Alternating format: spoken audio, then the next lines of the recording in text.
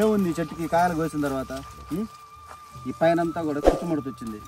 ఇవన్నీ ఇంకా అంగల్లో తీసుకొచ్చి కొట్టిన కెమికల్స్.